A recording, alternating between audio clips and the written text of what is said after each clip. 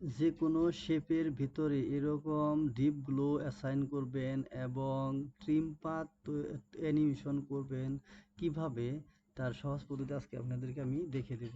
প্রথমে আপনাদেরকে new composition নিতে হবে। নিউ কম্পোজিশন আপনি যে কোনো ডাইমেনশন নিতে পারেন, ঠিক আছে। ব্যাকগ্রাউন্ড ব্ল্যাক কালার যেটা আছে সেটাই রাখলাম। এবং আমি যদি এখানে যে শেপ লেয়ারে যদি আমি রেক্টেঙ্গল নেই, রেক্টেঙ্গল শিফট চেপে ধরে যদি আমি ড্রাগ করি, ঠিক আছে, এরকম সমান্তরালভাবে আপনার একটা রেক্টেঙ্গল তৈরি হয়ে যাবে।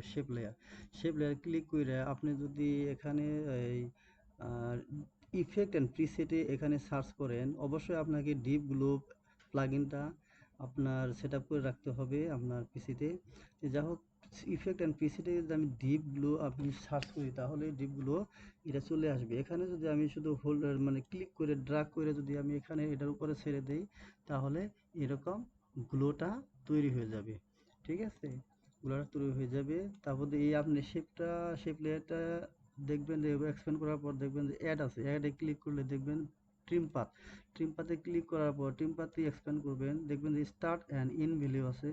এই স্টার্ট অ্যান্ড এন্ড ভ্যালু আমি যদি দুইটা কি ফ্রেম অন করে দিলাম, আমি যদি 2 সেকেন্ডে রাখবো, 2 সেকেন্ড নিলাম।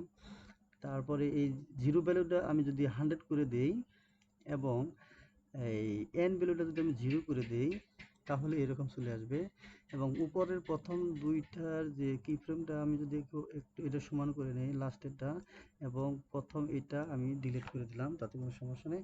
তিনটা কি ফ্রেম ধরে আমি যদি প্রথমে নিয়ে আসি, তিনটা কি ফ্রেম ধরে সিলেক্ট করে আমি প্রথমে নিয়ে আসলাম।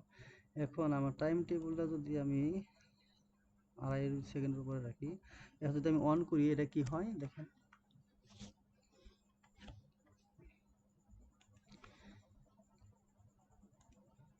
এভাবে আপনারা ট্রিম পাথের উপর দিয়ে বা যে কোনো শেপ লেয়ারের উপর দিয়ে ডিপগুলো অ্যাসাইন করতে পারবেন এবং ট্রিম অ্যানিমেশন করতে পারবেন খুব সহজে। একটু সময় নিচ্ছে, ঠিক আছে, যেহেতু ডিপগুলো অ্যাসাইন করেছি একটু সময় লাগবে এটা 100% ফুল হইতে, ঠিক আছে। এরকম আপনারা ট্রিম পাথ অ্যানিমেশন করতে পারেন এবং ডিপগুলো সেট আপ করতে পারেন।